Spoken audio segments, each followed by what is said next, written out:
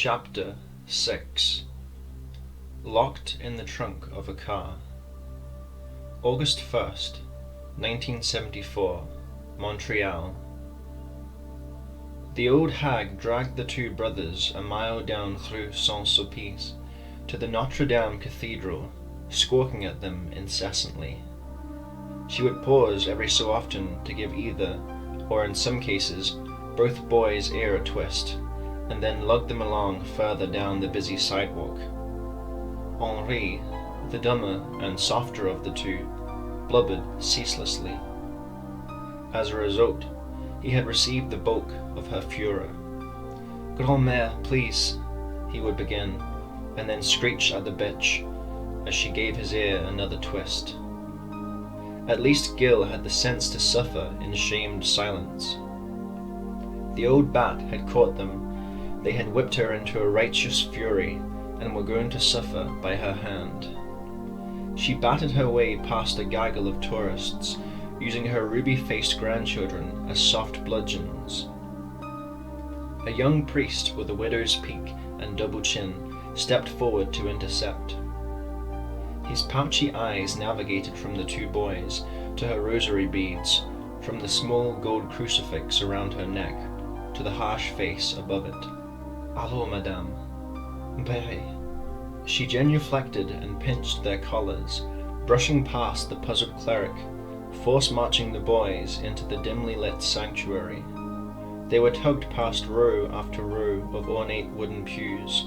Above them, from every window, stained glass saints cast judgment with their luminescent eyes. They halted at the shrine to the Virgin Mary, who stood enormous over the trio. The bitch forced them to their knees, and even Henri was smart enough to shut up and make the sign of the cross. She released them at last, in one hand her rosary, the other a crumpled wad of ones, twos, and fives. At the sight of the money, Gil felt hot, angry tears wet his cheeks. That was their money. They had earned it. The stupid old hag had the gall to call them thieves. She was stealing from them. Henri choked back a sob as she stuffed the lot of it into the slot and started counting out matches. 50 cents a match, 1 candle per match, 1 prayer per candle. The old woman creaked down to her knees and signed the cross. "You two, pray with me." To disobey would be suicide. Gil began mechanically droning Hail Marys, shamefaced, watching 62 candles flicker in their blue glass votives around the Blessed Mother's feet. Henri stuttered along with the woman. "Holy Mary, Mother of God." His face, red, probably bruised from the smacks he had received, was slick with tears. It radiated with a heat to match the small inferno they had purchased in exchange for their salvation. "Pray for us sinners now, and in the hour of our death." His face hurt so bad, the old bitch would pay. June 19th, 1998, Jordan Road. His face hurt. His whole body hurt, but it was his face that protested loudest.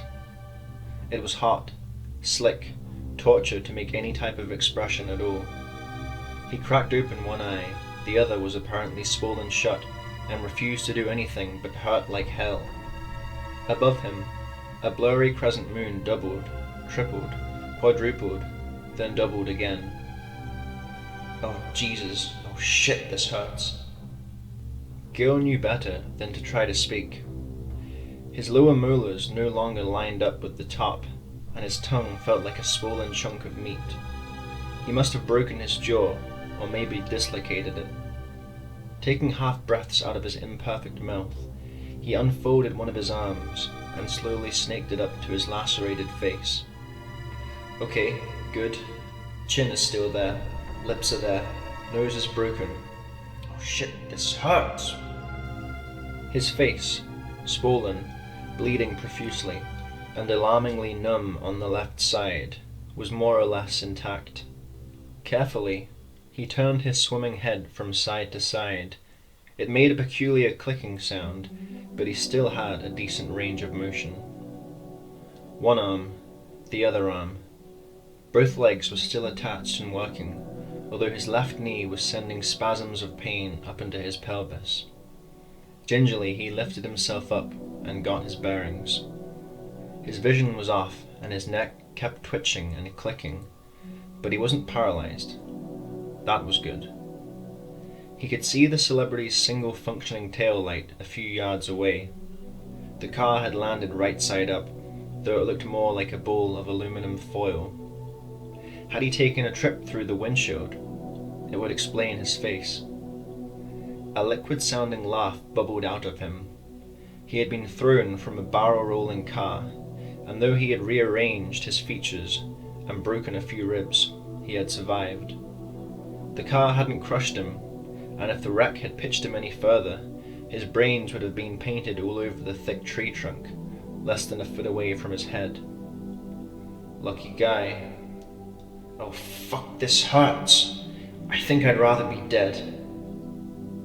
Ever so gently, he got to his feet, trying to maintain his balance with a bad knee and messed up gyros. His inner ear must be screwy. Neither ear was bleeding though, a good sign. He took very deliberate steps, favouring his left knee, and made his way to the car. The battered Chevy's front end was crushed into a pile of rocks, like a snuffed-out cigarette. Unsurprisingly, the engine was still running, testament to General Motors' ruggedness. He groped over to the driver's compartment and fumbled for the handle. It seemed to be moving on its own. He hoped that he didn't have any serious head injuries.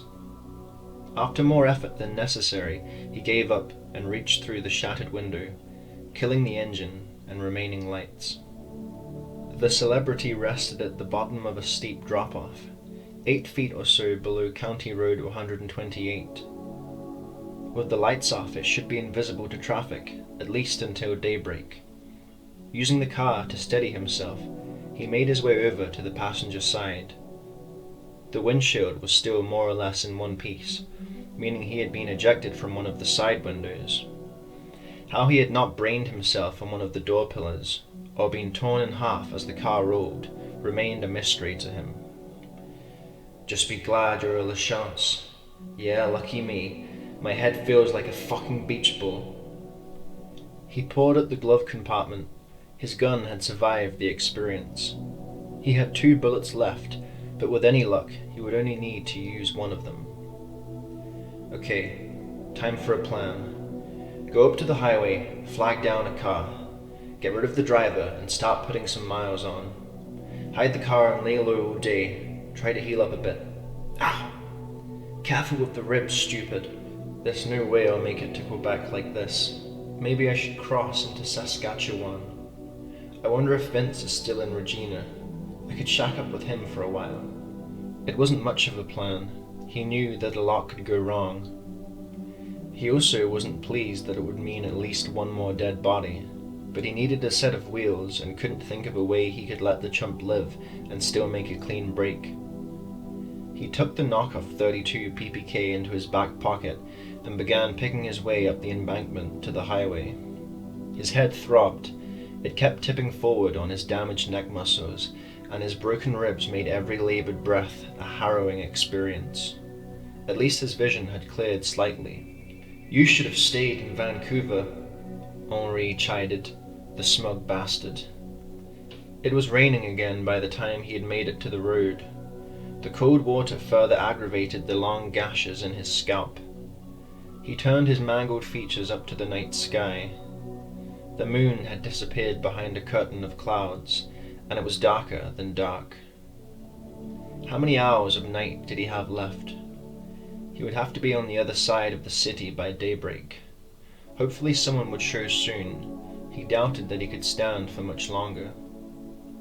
Gil tucked his t-shirt behind the gun's handle and draped his jacket's tails over the top. The 32 had bad range and low power. It was ideal for concealment and little else. He would have to get very close to make the shot count. There would be blood, he would be close enough to watch the person die. He would have one more dead body to add to the pile. He really sickened himself at what he had become. Gil Lachance, the drug dealer, the thief, the murderer. He should just give up. Washington didn't have the death penalty. The cops would fix his face up. No more running. No more killing. Just the rest of your life in a chicken coop, Henri said. Do you want that? No, he didn't want that. Something grabbed at his attention. A groan, low and pained and muted. It came from further down the road. The guy! How could he have forgotten about the drunk he had hit? He heard the groan again, and the snap of a dead tree branch. The guy was still alive, injured, but alive. For the time being. Gil looped off in the direction the noise was coming from. Another muffled groan, closer now. Stupid shit. How did he survive that? He felt a tinge of anger. It was this guy's fault that he was in this mess. What kind of idiot walks down the middle of an unlit highway in the dead of the night? He pulled the pistol out and chambered around. He would be doing the human race a favor by getting rid of him. That groan again, louder and drawn out, in the tree line a bit. Gil stumbled off the road into a swampy patch of tall grass and ferns, reminiscent of the stuff Marines had to slog through in every Vietnam War movie ever filmed. He could hear a tangle of branches and grass rustling. There was no way the guy was walking. Both of his legs must be broken, at least. Jeez, listen to that guy howl. It was far too dark to see anything. Why did it always get darkest just before sunrise? The moaning was nearly constant now.